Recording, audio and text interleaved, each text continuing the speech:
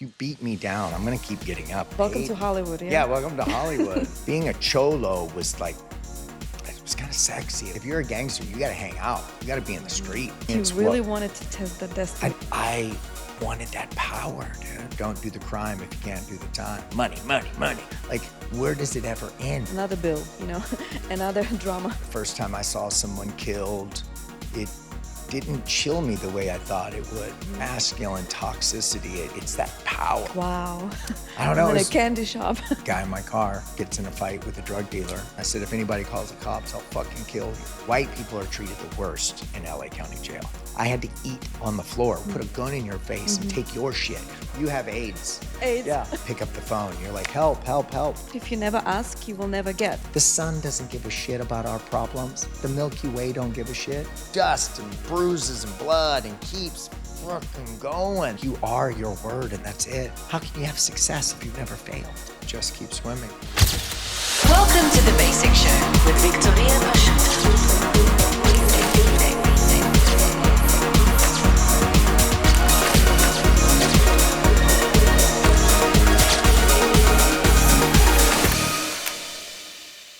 So Brian, thank you for coming to The Basic Show. My pleasure. Thank Yes, you for having me. you It's my first podcast, actually. Really? I've never done one of these. I'm very honored. I wouldn't do this for anybody. I've been asked many times, but I've always liked you and respected you, so here I am. Thank you. I really, really appreciate it. Yeah. I'm really happy to have you because when I read your story, it was so inspiring, but also blood-chilling at the same time, and I really wanted you to voice it and share with us. Yeah. The first thing when I read in one of your interviews was saying that when you came to LA from Texas, you were driving a bicycle and you were stopped by Levi's for a commercial. Yeah. So what happened? It was my first encounter. I came here in '84. My dad moved here with his wife, his second wife, and I came to visit him, and we stayed across the street from the Universal Studios. It's now called an Ava Apartments, but it used to be in Oakwood. And we lived there, and I just fell in love with it instantly. It was, I was forced to be Christian, and I don't know if you've been to Texas. It's a vibe that I wasn't vibing with as a kid. Truck drivers and you could legally drink and drive there. Oh, wow. Like you could have an open container. Not something I can relate, but okay. Yeah. Mm-hmm.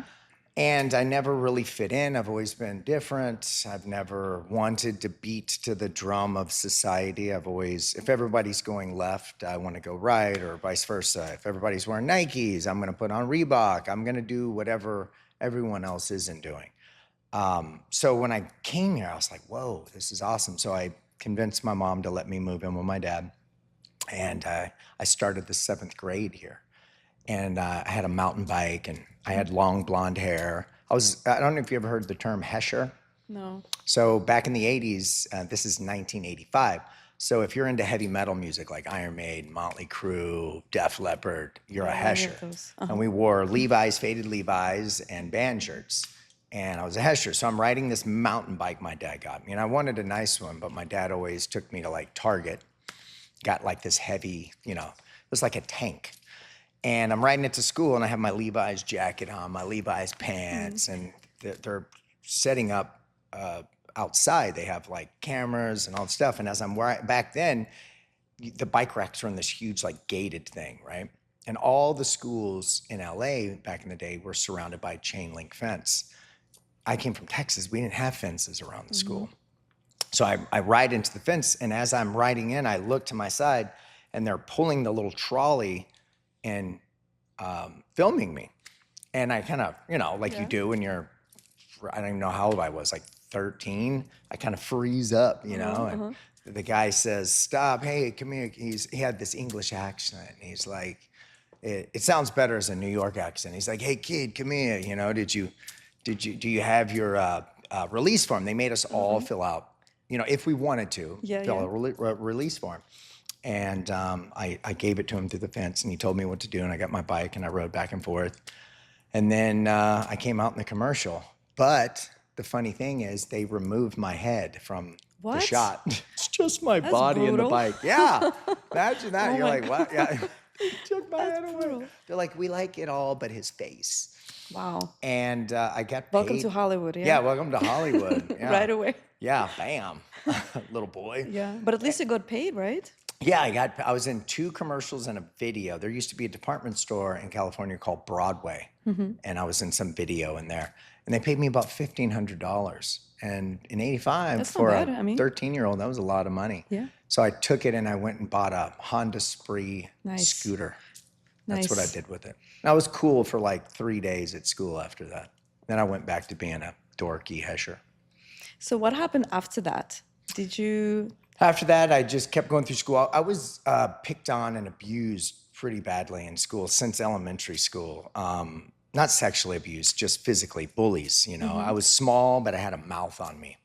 And no matter what you did to me, I would, be telling you F you. As you're beating me up, then you'd start walking away. I'd get up and be like, F you, whatever. I just wouldn't shut up. I'd get beat up more, and I just never submitted. I've never been the type of person, if you beat me down, I'm going to keep getting up, and you've got to kill me. I'm not going to stop ever. And I never got filled with anger being picked on and abused.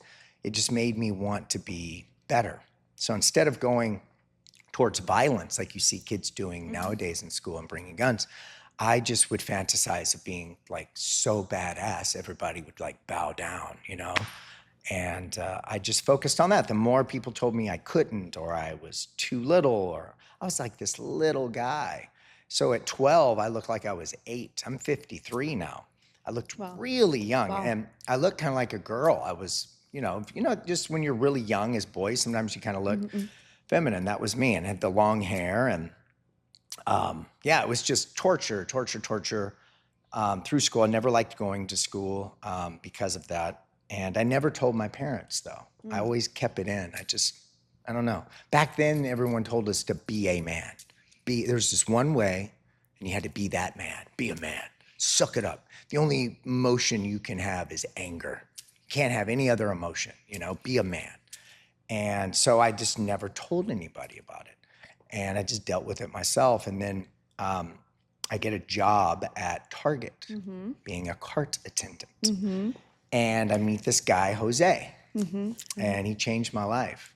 He became my brother. And he was this tall Mexican dude, Jose Luis Mendoza. He was a guy that would take your girlfriend if you weren't careful. Like, he was that cool. He just knew what to say, man. He just was gifted. Like, he just could talk. You never saw him drunk or out of his mind. Like, he was always together.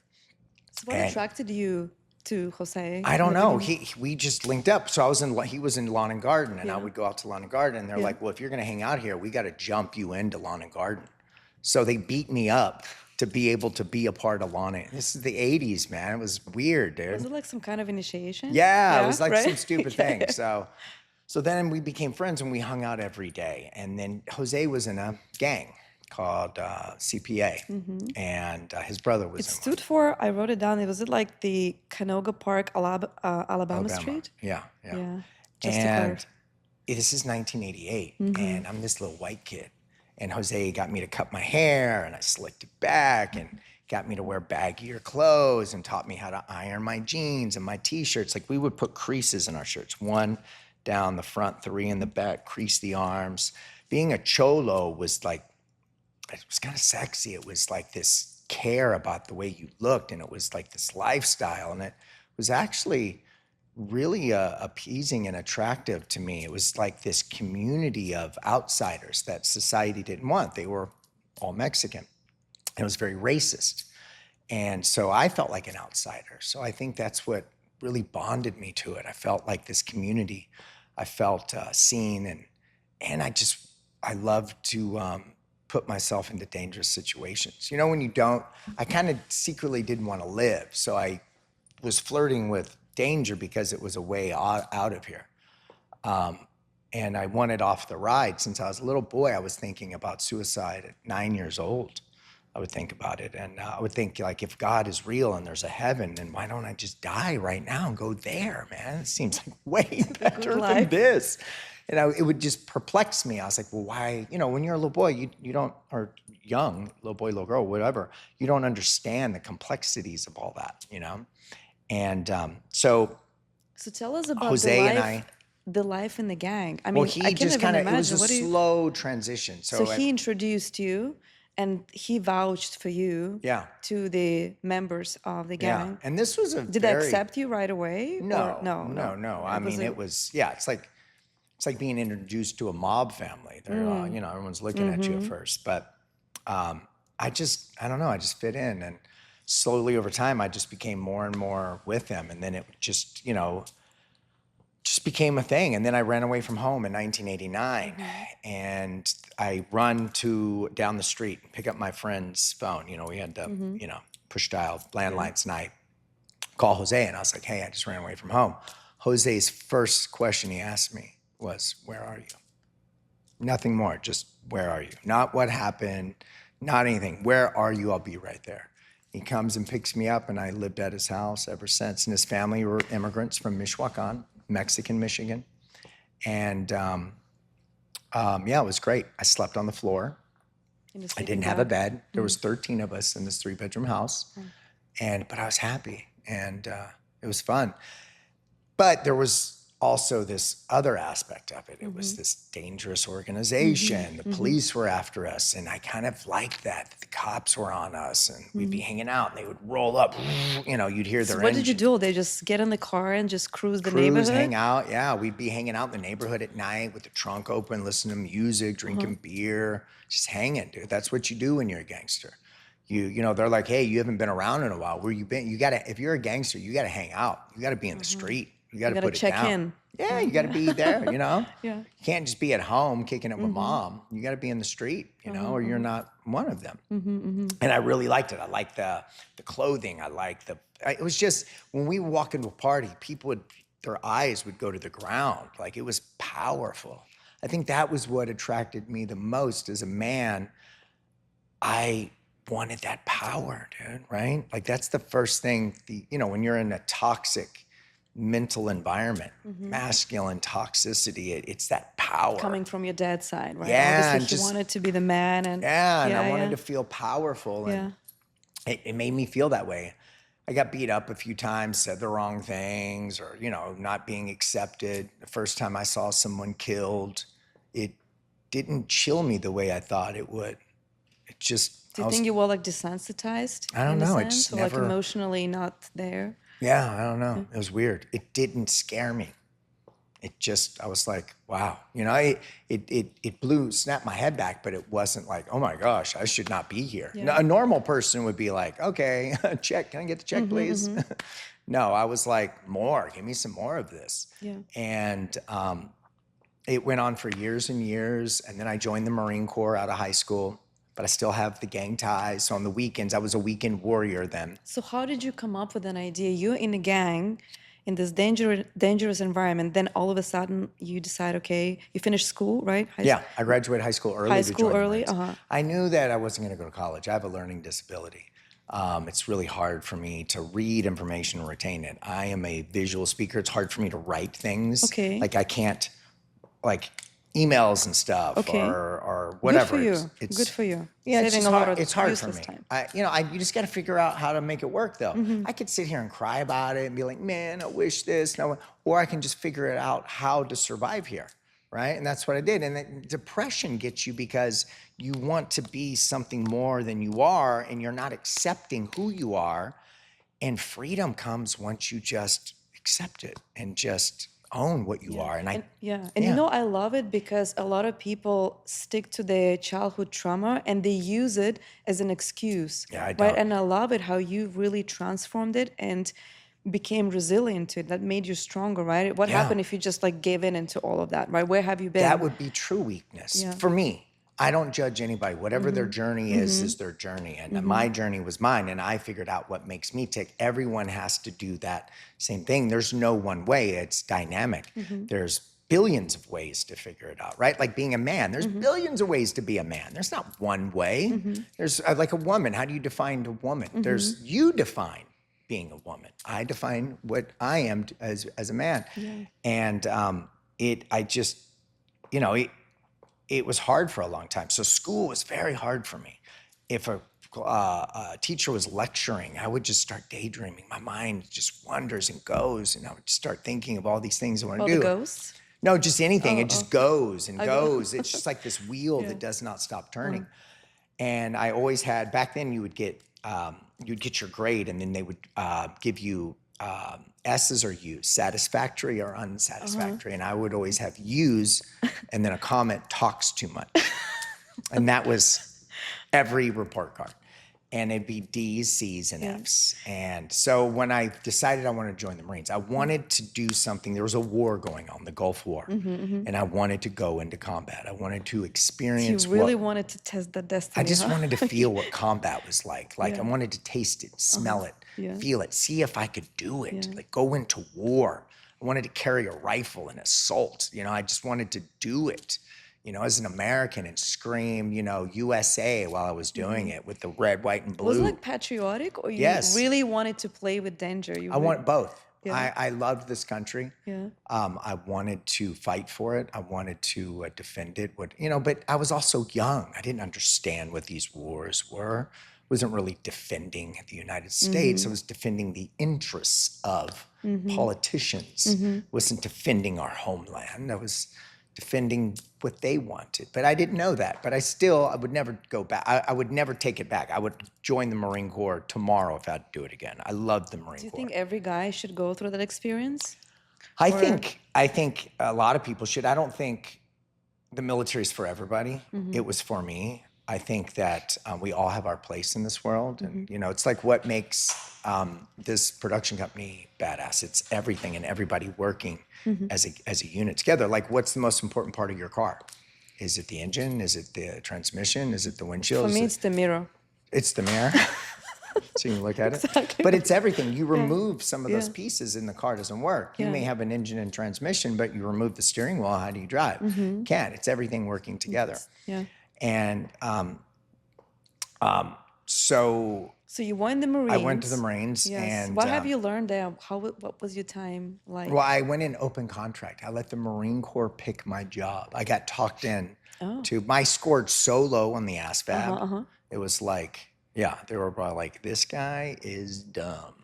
So they talked me into going open contract, meaning after boot camp in Marine combat training, the Marine Corps got to pick my job. I'm really good at swimming. So how did they test you? How did they test you for the Marines? They ask you to do like 20 million push-ups or? No, before you join the military, they make you do a test called the ASVAB, and it's a placement test to see where your strengths are. Okay. And it's kind of like, I guess, an SAT type thing, but not as, in depth, I guess. But yeah, I scored very low. So either I was going to carry a gun or flip pancakes or, you know what I mean? I was going to do the more lower level jobs, but I was really good at swimming in boot camp. I qualified the highest you could qualify.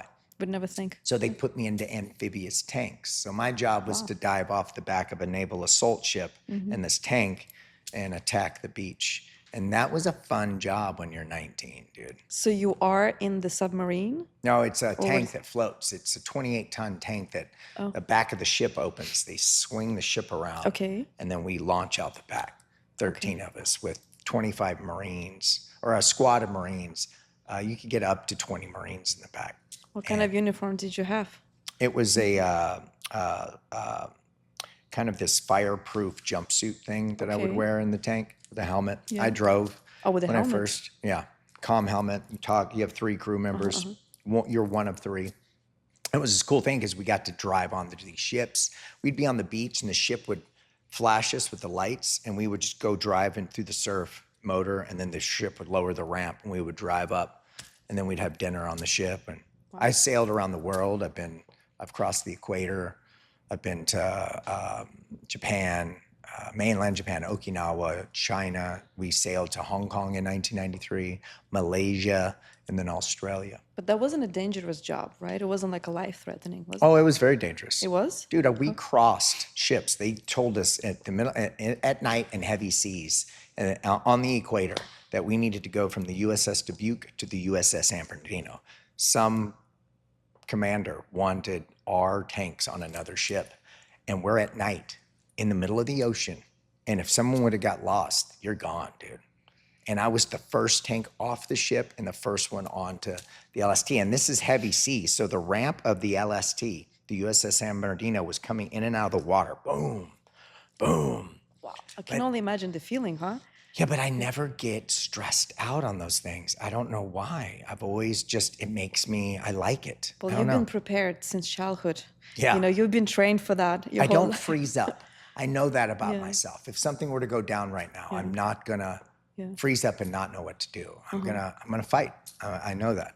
It's probably in your instinct already, right? Yeah, I don't know. Yeah, it's Spontaneous, weird. Yeah, it doesn't scare me. But I did it, and then there was no war. So I get out of Schools Battalion, the Gulf War ends. Then in 1992, Christmas of 92, they activate us, my platoon, to go to Somalia to secure the food shipments. That's before Black Hawk Down. So Security what? the food. So people were starving in Somalia in 1992. So they sent my company in there to secure it. And we were the advance party into Mogadishu. Nobody was really there yet. And 20,000 Marines went in. And 2 days before going to Mogadishu, I get into a fight at the E Club and get hit on the top of the head with brass knuckles, split my head open. They don't let me deploy. Oh, no. And it was heartbreaking not being able to go into that combat role. And then you said, okay, now I'm going to become a cop. So then I sat there until my term ran out. I got listed for a Navy Achievement Medal. They downgraded it to a Certificate of Commendation. And then they tried to get me to re-enlist. And I told them there was no, if I knew September 11th was coming, I probably would have stayed in because I would have known you're going to be fighting for 20 years if you want to. And I didn't see anything coming. I didn't want to be in the rear with the gear anymore. So I got out and then I tried to get on with the LAPD. And the LAPD probably laughed. They're like, yeah, right. Good luck with that. Yeah. So 4 guys in my platoon got shot by snipers in Somalia. One of them came out and got on with the LAPD, and then he died in the line of duty as a LAPD. He got killed. He made it out of 2 wars and gets killed here in Los Angeles. It's like same thing with Schumacher, right? You're so safe on the track, but then you go skiing, and then you get in coma in some completely unexpected situation. Yeah, life is dangerous, right? Yeah. You know, we don't think about it. Our city is dangerous. Sometimes our cities are war zones. Right. So walk me through, then one day, did you receive a call? So my dad, I'm working at the Burbank Airport, refueling airplanes at this private terminal. Yes. I met all these stars. I met Elizabeth Taylor. I met Janet Jackson, Bruce Willis. I met President Gerald Ford, shook his hand, met the governor, Pete Wilson. I mean, I met everybody. And I was this 23-year-old kid parking Gulfstreams and Challengers. And Robert De Niro, I used to give him directions or, carry his bags or, it was crazy. And it was a fun job, but it made no money. I was making $6 an hour. Can't survive on $6 an hour, dude. No. So my dad's like, hey, come back to Texas, get on with the police department over here. So I fly and try it. They don't want me either. No one was going to hire me. I was a freaking gang member. I don't even know what I was thinking. I was like, what? Do you have a gang tattoo from that? Not anymore. Not anymore? But, I have a record. I was Yes. I was arrested for armed robbery in 1993. So talk me through that. Yeah, how did that happen? So during the Marine Corps, I'm hanging out with the gang still, and we're coming out of first time I was ever arrested. We're coming out of 7-Eleven, and my homie, this drug addict guy's like, hey man, you want to buy these glasses? And my homie takes them, he puts them on. He's like, thanks. Gets in my car, we drive off. He just took them. The guy calls the police and said that we robbed him at gunpoint. So the police find us that night and get me, and The whole SWAT team coming in, no, right? Or just like 3 units. 3 units? Find us somewhere in the neighborhood. Get me, arrest me. I don't say nothing. Because, there's an old saying, don't do the crime if you can't do the time. So you get busted when you're a gang member. You better just zip it, loose lips, sink ships, right? So I just zipped it. And they dropped, the guy didn't come to court. So I was what's called a DA reject. Okay. But that was my first thing. I was charged with armed robbery, but they couldn't prove it. And there was no, the victim wasn't there. There was, So they let that go in the Marine Corps. I was in the Marine Corps and they were like, hey dude, what the hell? And I was you like, still were in the Marine at the yeah, time? I didn't get out of the Marine Corps till 95. So then when I get out of the Marine Corps, I go back to the neighborhood, all the stuff. I moved to Texas. I get on with my dad's company, Nortel, it's a Canadian corporation. And then I want to come back to LA. So I come back to LA. And that's when I really start hanging out with the guys again. And then in 1997, Jose, my brother, gets killed by the LAPD. He shot him in the head. And that was the moment it floored me. It was tough, dude. I used to not be able to talk about it. Like even that sentence back in the day, I would cry. It was hard for me, man. It took 30 years to get over that, dude. Wasn't an expression you said, which I really liked? It was something about your friends, like the buttons in the elevator. Well, that was what the cop told me. So after Jose dies, I kind of spiral. And I stopped giving a shit. You know, the one guy I looked up to, the one man that was my buddy, is my brother, dude. He was like, we were like, if you saw Jose out, you'd be like, where's Brian? If you saw me out, not without him, you'd be like, where's Jose? We were together, dude, all the time. So I kind of spiral. I get really into the neighborhood, hanging out with him. And one night, I go to buy some marijuana in an alley. And guy in my car gets in a fight with a drug dealer and shoots him. And they all run. I take off. I go home. I'm pretty close to the scene. I can hear sirens go. The next day, the SWAT team came for me. And they arrested me for first-degree murder, conspiracy to commit murder, 3 counts of armed robbery, assault with a deadly weapon, assault with a semi-automatic handgun, and the gang allegation. They said when I left the scene, I pulled a gun out the car, and I said, if anybody calls the cops, I'll fucking kill you. I didn't say that. I didn't have a gun. So when they arrested me, when the SWAT team came, I was getting ready to go see my girlfriend. There's like boom, boom, boom. I open the door. There's 2 guys with shotguns, and they're just screaming at me, get on the floor. And changed my life. Changed my life. And so they interrogate me. I'm not giving them the information they want. And the next day I'm getting arraigned, and my lawyer comes into this holding cell, and I have the phone up, glass. And he's like, it doesn't look good, Brian. And I'm like, what do you mean? And he goes, they filed special circumstances against you.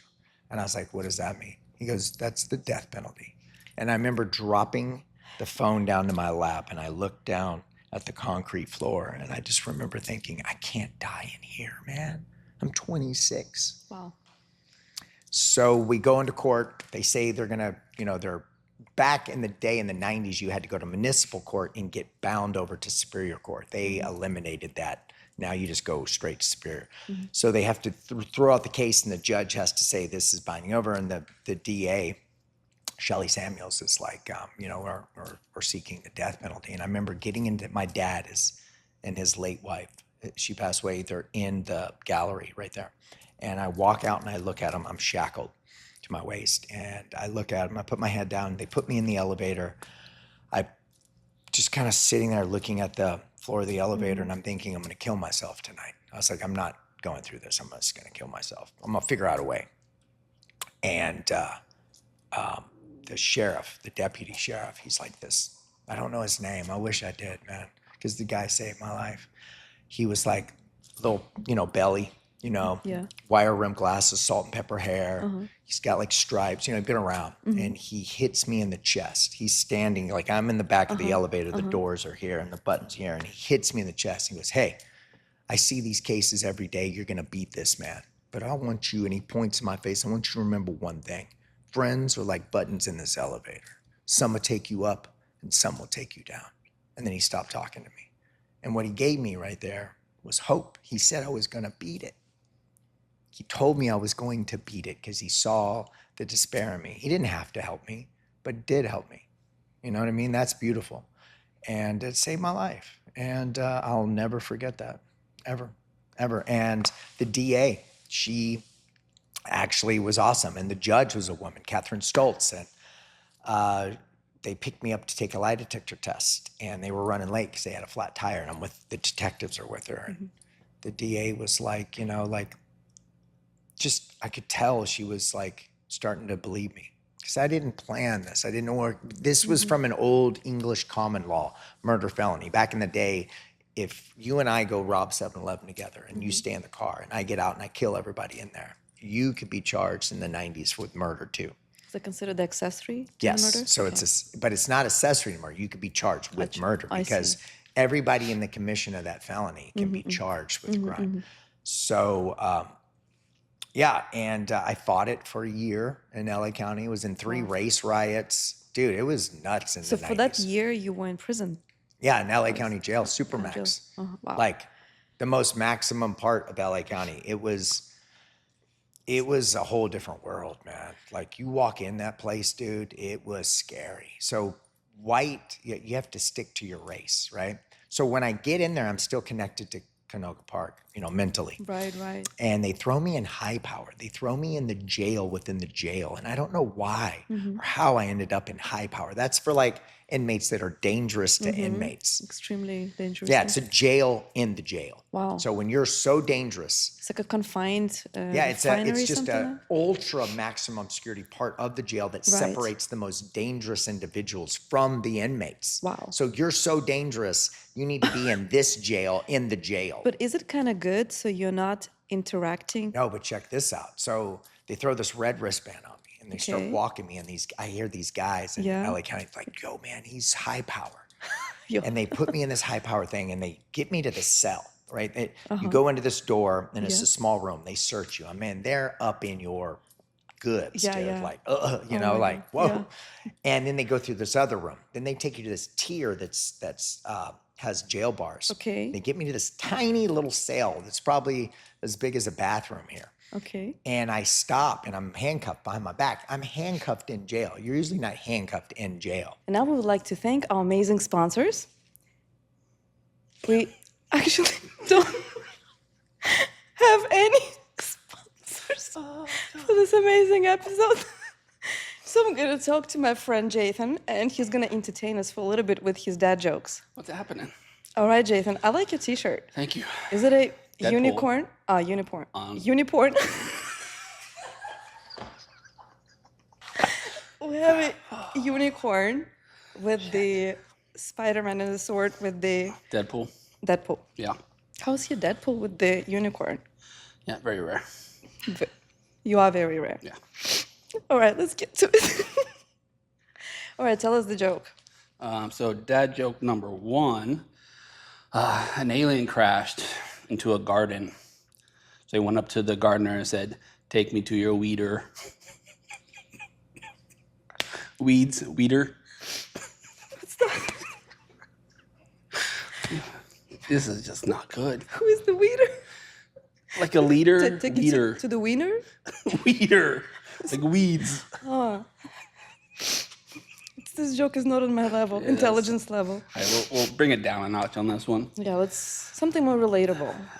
Did you know that the first French fry wasn't made in France? Where was it made? In Greece. Why?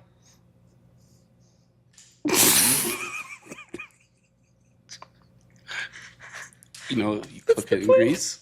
What? You cook fries in Greece? I don't get it.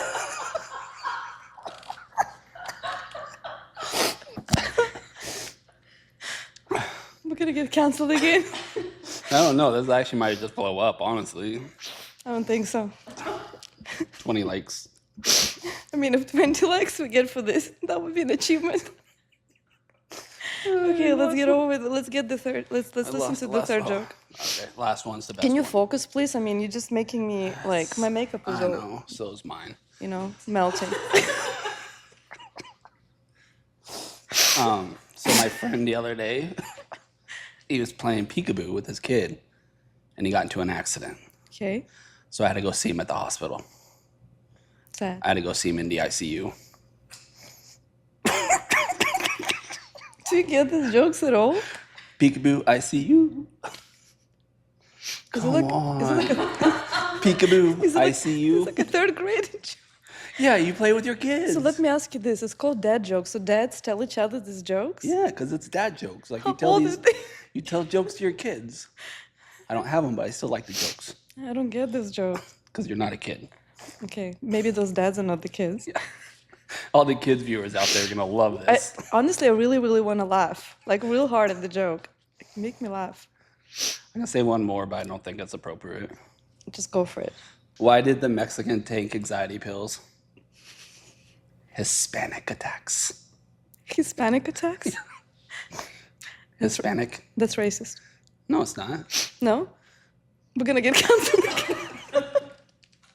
Okay, That's the last one. thank you for watching. If you like this Hopefully you're clip, still there. hopefully you're still there. If you're still there, please hit the like, comment, subscribe, and do what else do people do on YouTube?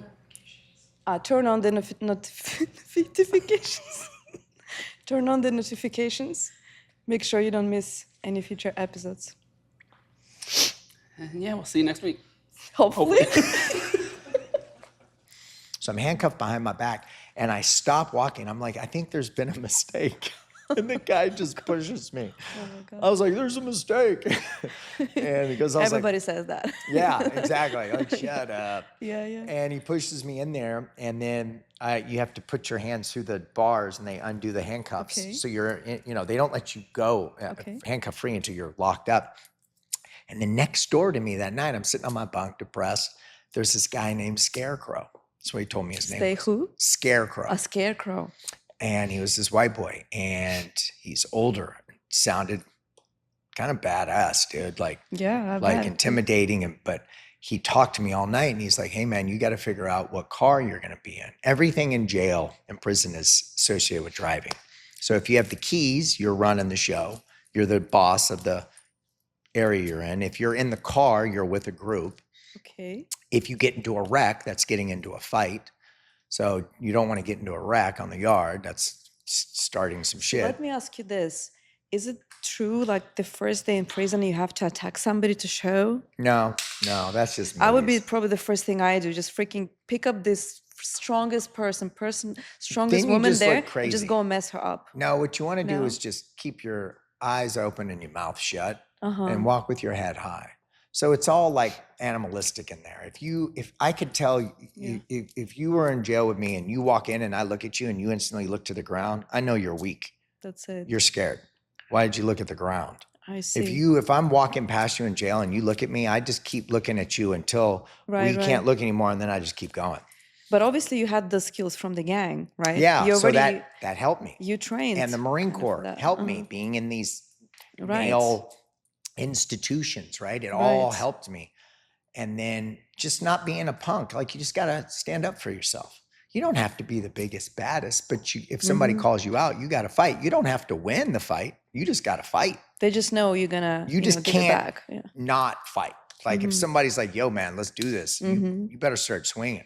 And if you don't, you're going to be considered what they call a bitch in there or something. And you Right, just don't right. want to be that. Yes. And so I'm in there for 3 months and I'm figuring it all out. Or no, Scarecrow tells me like, hey man, tonight I want you to figure out who you're with. Are you riding with the essays, the Southsiders? Or are you riding with the Woods, the white boys? Oh my God. Because there's 4 races in there. Okay. Back then it was Paisas, Southsiders, Blacks, and Woods. Asians were in their own unit because they had the green light on them in the 90s. So you had to identify with one of those groups. Decisions, huh? Yeah, because it's tough. It could be life or death, dude. Like you can actually get hurt in there. You're the most alone you will ever be in your life in prison. There ain't nobody there to help you. You ain't got no family, no friends. Everybody there is dangerous in some sort of way. And you are alone. Especially if somebody's for life, they have nothing to lose, right? I mean, Yeah. they're just like, what I have to lose. Yeah. Those guys are usually separated, but you're in jail fighting your case with people that are in there for multiple like doing some messed up stuff, dude, like dangerous individuals. And So what was your mindset? Were you already calculating, the strategy, trying or to- you were no, just going with the flow and just I like was survival mode? trying to survive and figure it out because it's a lot at you at first, right? Right when you get in there, man, it's a whole, what cracked me up about jail and prison is that you go in there because you can't follow the rules, but then you get in there and there's this whole new set of rules. And I was like, why not just follow the rules out here and go out with a girl on Friday night? Yeah. Like, be able to poop without someone watching me. It's kinda Timing you, huh? nice. Yeah. Yeah, I don't want to poop around 10 other dudes. I'd rather just poop on my own. Like, it's not that fun, dude. It's not glamorous. It's not cool to me. It showed me that I'm really dumb that I ended up there. But we all make mistakes, and it's like getting a DUI. You can get one DUI. If you get 5 of them, go fuck yourself, man. Come on, figure this shit out, dude. Like, come on, figure it out. Figure it out. Everybody, you give somebody one chance, right? Not 1,300 chances. So he kind of squares me away and tells me, in the morning, I want you to tell me what car you're in. So that night I sit on my bunk and I'm like, if I go with the Southsiders and make it easy on myself in here, I'm never going to get out. If I make it hard, because there's no white boys in there, and white people are treated the worst in LA County Jail. Wow. Because it's reversed. So out here, back in the 90s, white people controlled everything. You go into jail, it flips that shit on you, dude. You ain't got no power no more. You got nothing. I had to eat on the floor. White boys weren't allowed to eat at a table when we ate our meals. I had to eat on the floor like an animal. So it taught me what discrimination feels like. You can explain to somebody discrimination. I can explain you the principles and why it's not right, but until you are inflicted with discrimination, you will not truly know what that feels like, what it tastes like. Like in the Marine Corps, in the Battle of Khe Sanh in Vietnam, they found this C-Rat can after this battle that this whole company died in the Marine Corps. And someone wrote on the can, freedom has a special flavor that the protected will never know. It's the same way. You're never going to know what it is until you experience it, right? So what realizations, being in those extreme conditions, even though your previous life was so extreme, what realizations, what thoughts went through your mind while you were? Survival, and I had to figure out the dynamics of this game. And it is a freaking game. And it's this giant game that has consequences and dangers and pitfalls. And I mean, everywhere is a booby trap, man. You say the wrong thing. You knock into somebody and don't say, excuse me. You step on somebody. A casual, you spill your food on somebody. That can cause a wreck, dude. Yeah. Like instant death. Or getting all proud of yourself and start talking too much, can cause things. Are there any skills in prison that you think are useful? That's a good question. No one's ever asked me that before. Being able to survive on your own. Like completely on your own wits, by yourself. Because it's easy when you have something bad happen, you pick up the phone, you're like, help, help, help, right? And there ain't no help. There's no help. You're totally on your own. You are on your own. You are alone. And can you survive this? It taught me a lot about myself. I can survive it. And if I can survive that, all this little game we play out here, this fucked up reality thing we're doing, it's all human made. All this drama we have in our lives, it doesn't matter in 100 years. Nothing we did today will matter in 100 years. The sun doesn't give a shit about our problems. The Milky Way don't give a shit. Quasars don't care. I like this perception, because every day we stress about so many small little things, which at the end of the day are not even relevant. No, especially for you, like when you went through so much, for you it's like, okay, another bill, another drama. It's like, but you still can get wrapped up. When you get out of prison, you're like, oh, nothing's gonna ever feel, I'm never gonna get stressed out again. You get wrapped back up in it. We're all playing the game, right? And the people that don't want to admit that it's a game are the ones that suffer the most, If you're playing Monopoly, but you're not mentally playing Monopoly, you're playing checkers, well, you're not going to do too good at Monopoly, are you? You got to play the game you're playing. Now, you don't have to be a bastard about it. You don't have to be a piece of shit. Just enough to suffer. Take care of yourself. But I don't want to step on your head to get a little higher. I'm not about just money, dude. I like money. Money's great. But it's not the thing that makes me wake up. It's not getting me out of bed to make money. Like, where does it ever end? It's just consumption, more. That's how people end up in prison. You just can't get enough. I'm gonna take yours now. Now I'm gonna put a gun in your face and take your shit. Give me what you got, or I'll fucking kill you. That's not a good way to live, man. But it's also not a good way to live cowering down to everybody that wants to shoulder check you. Sometimes you got to grab and be like, yo, don't hit me again, or I'll slap the shit out of you. Let them know that you're not to be played with, but you don't have to be a motherfucker. You scared me like for a second, like you have that something in you, that little tiger, huh? Yeah, you got to though. Yeah. But also you have to know when to tell that tiger to sit the hell down. Chill out, man. Not everybody is your enemy. You know? So speaking about your looks, so the first tattoos you got in prison, huh? I didn't get them in prison. I got them out of prison.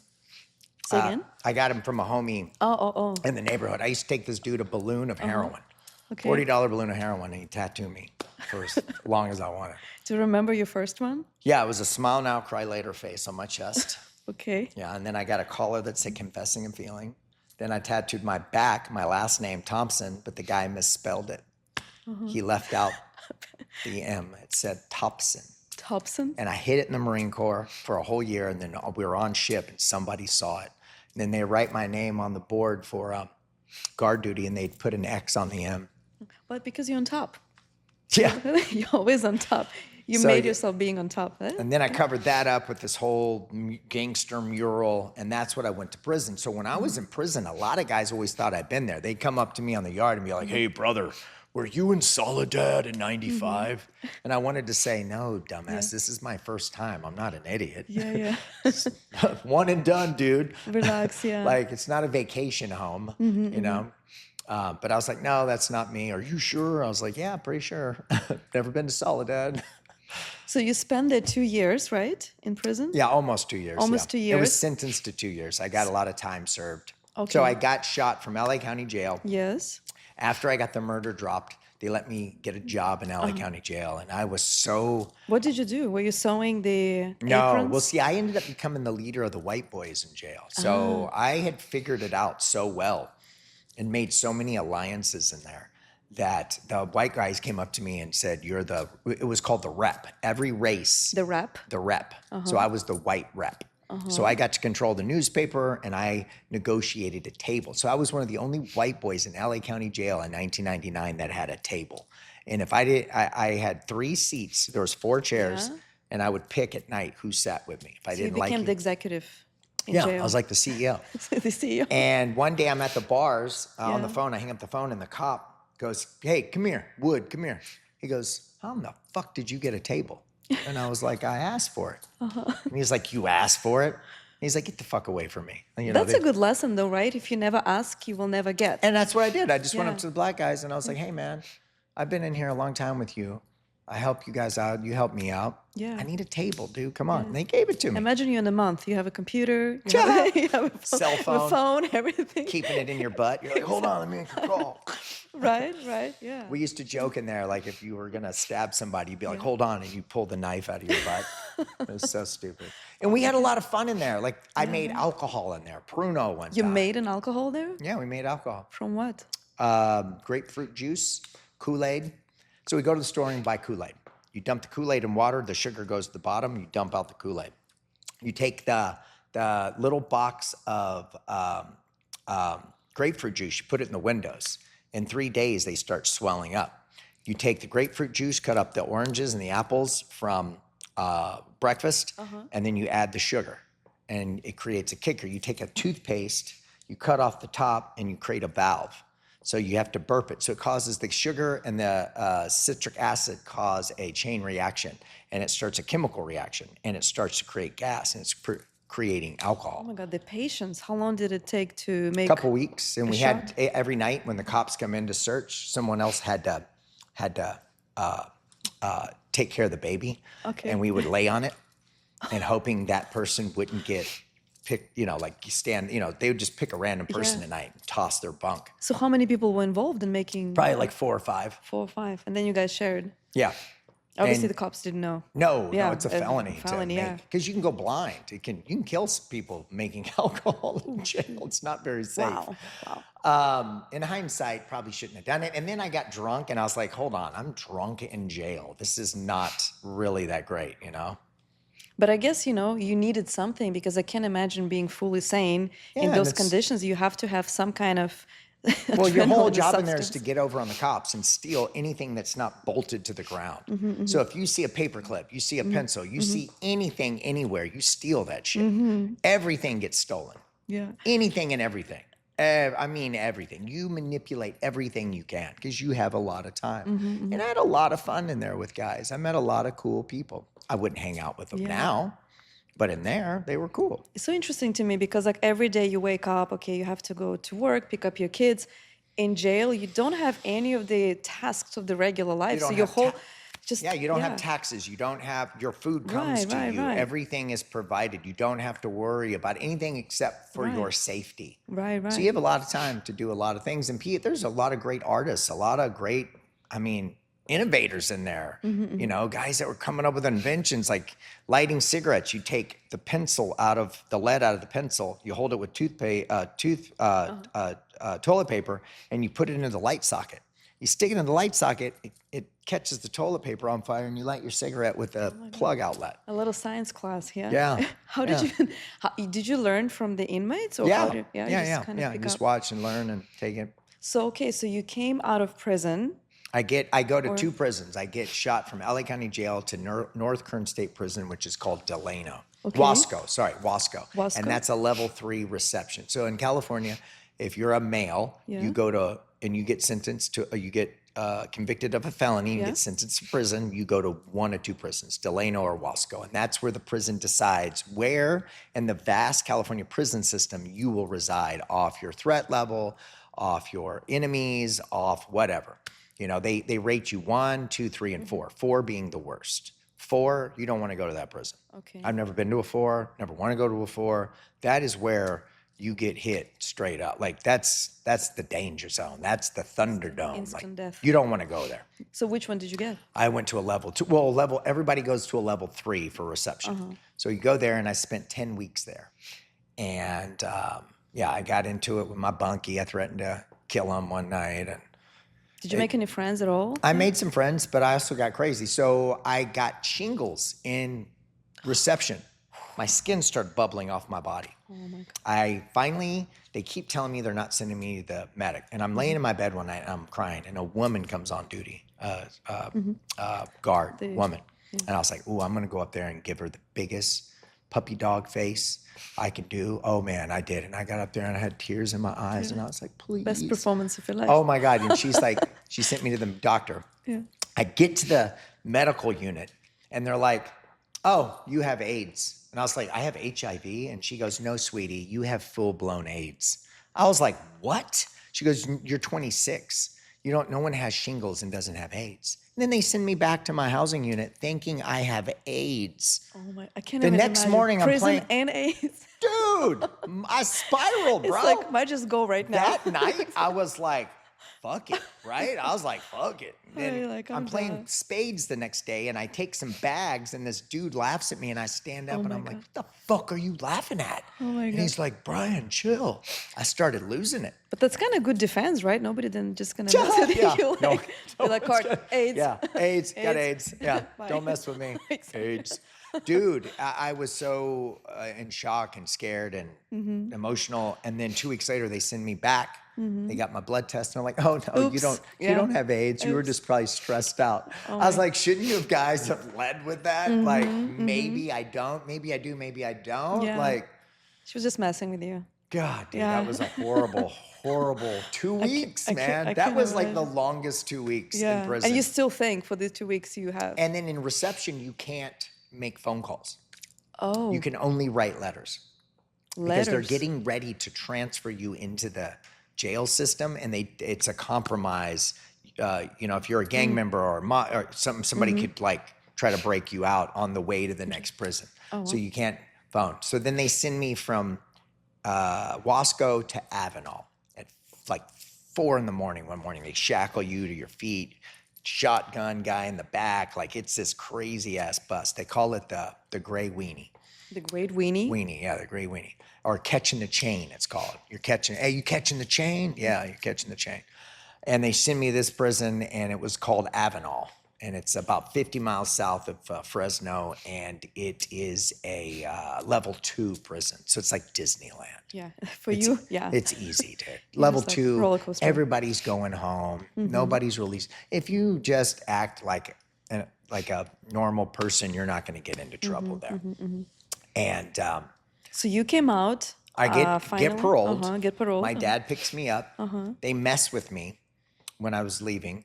I gave my beanie and some stuff away, and they said I wasn't going to get to leave. So they send me back to my housing unit. And when I get back to my dorm, this big black dude named Sweeney, They're mean. he Oh my sees God. me and he goes, ha! starts laughing at me. Wow, And then I'm sitting at a me. table and he comes up and he's like, you look like you're going to cry. And I was Oh like, my God. I would. leave me alone, You dude. probably would kill them right there. Like go for And the then the second phone time. rings and they sit in a van and they were pretending like I wasn't going to get out. So then the gate, so this is a true story. They give you $200 cash.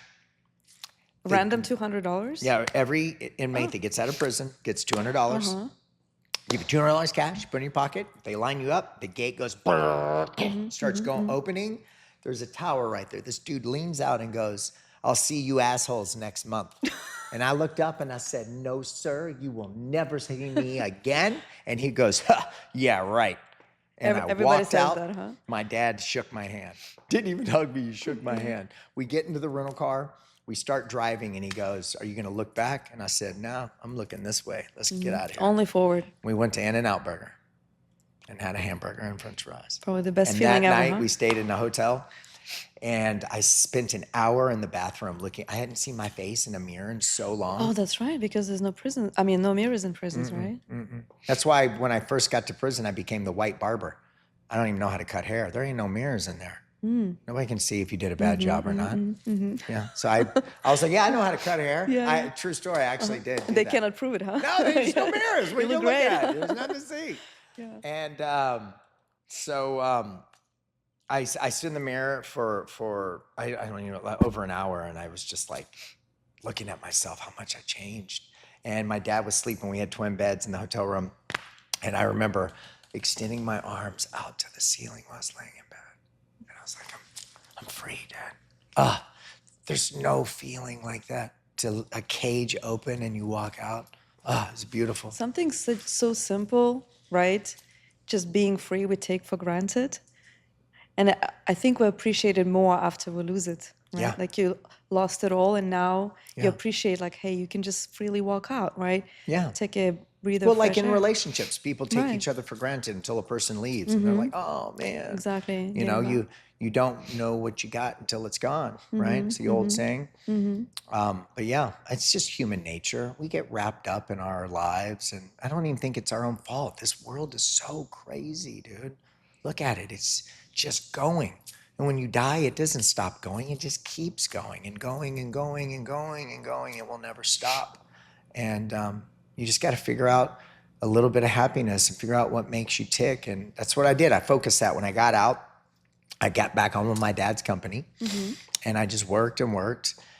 So you went from Marine Corps to jail to the corporate world. Yes, to the corporate world, and I'm on parole.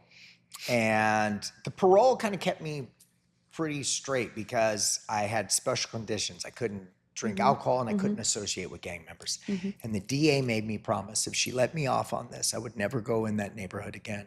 And I promised Shelly Samuels, and I lived up to it. I never went back there. And she came into my studio 2 years ago. Oh, wow. She's a judge now. And it was awesome seeing her, dude. She probably was so proud of you, huh? Oh, dude, it was one of those moments I was like, wow. It's like on the flippity side, right? She said she was proud of me, and it made me feel good that I was able to change my life and live up to my end of the bargain. Because if someone is going to do something like that, you can't just be words. So many of us just say words and we don't back them up with anything. You know, like you are your word and that's it. You know, if you say you're going to do something, you should try at least to do it. Give it your best shot. You may fail at it. It's okay. There's no effort without error. You know, failure is part of the algorithm of success. How can you have success if you've never failed? Have you ever read a book about the woman that did everything perfect and never made a mistake? No, you never want to read. Why would you read that fucking book? I'm perfect, the end. Oh, great book. That made me feel great. No, you want to read about the person that stumbles and keeps going and gets hit and dust and bruises and blood and keeps fucking going. That's what you want to read because it motivates you in your life, right? Because we can do it if we really want. It's painful. Like working out, if you put a lot of effort into it, you get a lot of reward. Vegas, if you go and bet little, you're going to win little. You got to be able to risk it all. Yeah, I don't gamble either. I don't ever win. But so I was on parole and I just kept going and going and then I got off on parole. I got off. They changed my parole officer 5 times. And I finally, my parole officer calls me in 2003 and says, "Congratulations, you're free." The weird thing is, you would think that would make me so happy. I got really depressed. How come? Just because now you're just like everyone else again, and you're back in it. And You lost that feeling that you've been chasing your whole life, the feeling of danger, huh? You felt too safe, maybe, no? Yeah, and then I got really depressed. Weird. It's so weird how these things happen, these chemical reactions in your brain. You can't even understand it sometimes. Do you think you lost your purpose? Because your purpose was survival, right?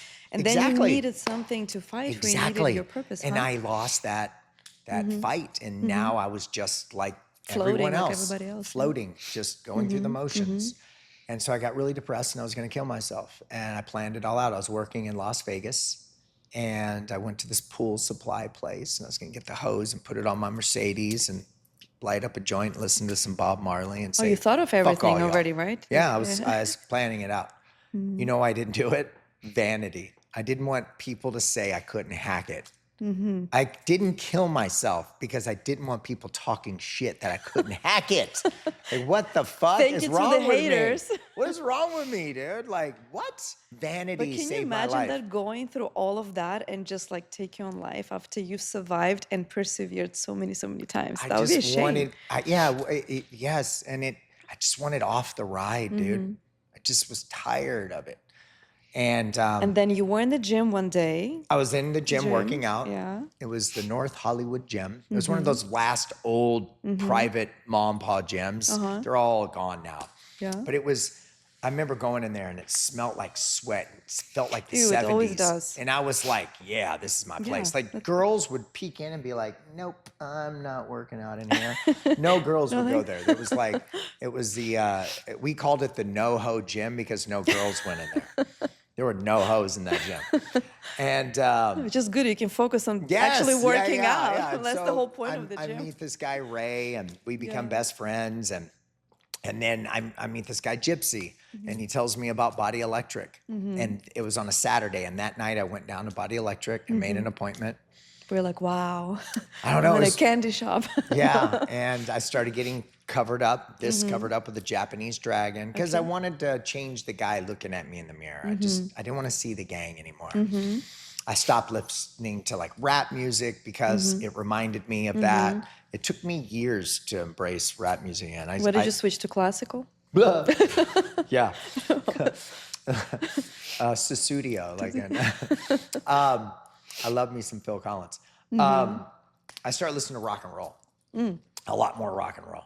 And I started getting my back covered up, and then I tattooed this leg, and then the shop came up for sale. And the Italian lady, right? Yeah, the Italian, Bernadette Fertini. And I was going to buy it with one of the tattoo artists, Adrian, and he decided not to. And then I met with her, and then within 2 weeks, I owned two shops. But really fascinated me with your story that, if I understand correctly, you were scared, you were hesitant, right? Because it's a big decision. Oh, dude. To use like your life savings to invest something you know. The only thing I knew about tattoo and piercing, I knew nothing about piercing. I only knew how to get a tattoo. And I just knew that I was so hopeless, and I was like thinking of suicide so much. I was like, why not? Like, what? Like, risks. I watched a documentary about the original producer of Survival, Survivor, the reality show. And I forgot his name.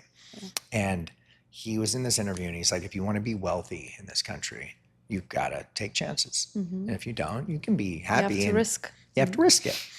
And that kept playing in my head. And it came up for sale, and I was living in a hotel in Buena Park, across from Medieval Times. And Bernie came in, and we sat in the lobby of the Courtyard by Marriott on Marriott stationery and signed the deal. And it was the craziest thing.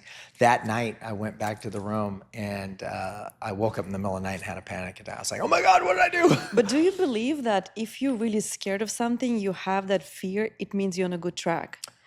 Like, well, what I do is, everyone I told I was going to do this, they told me that I was crazy. That's when you know you're onto something. So the hoi polloi, most people will see something so far off in the future and be like, that's crazy. So if you have an idea and everyone's like, that's a great idea, don't do that. That's a horrible idea, because they can see it and it's not going to manifest anything. It's not going to do anything, because it's like, you know, whatever, like you can't recreate McDonald's right now. Like you need to go above and beyond. And nobody was really, you know, I was going to get into piercing and didn't even know it. And I remember you were saying that the original team from the Body Electric didn't Quit. like you, right? Oh no, because I Yeah, was like, who is this guy, right? I He was- can a tattoo. I was an outsider. They didn't want anything to do with me. So if we speak about your artwork, didn't you say that you pioneered the curated ear look, that you're not an artist, but you're a decorator? Yeah. Yeah. Can you expand on that? Like, Well, I got kind of forced into being a piercer. Bernadette, Bernie, she one day was like, Brian, you must, this is my Bernie impression, you must do something more in the shop and not just be honest. Just be You must pretty." pierce. She's like, go in the mirror and pierce your nose. And I was like, I'm not piercing my nose. She goes, why, are you chicken? I was like, what? the best way is to challenge you. Fucking Bam. weird. I'm not chicken. Like, Yeah, never yeah. tell a The dude. biggest needle. Oh my God. Women, all you got to do is be like, what are you, chicken? Yeah, yeah. I'm not chicken. We're so easy. Right. She got me to do it. I She pierced my figured nose. you. Yes. Yeah, and that started the process. So Bernie was very much the catalyst, the launching pad of my piercing career, because she kind of Challenging. forced me into it.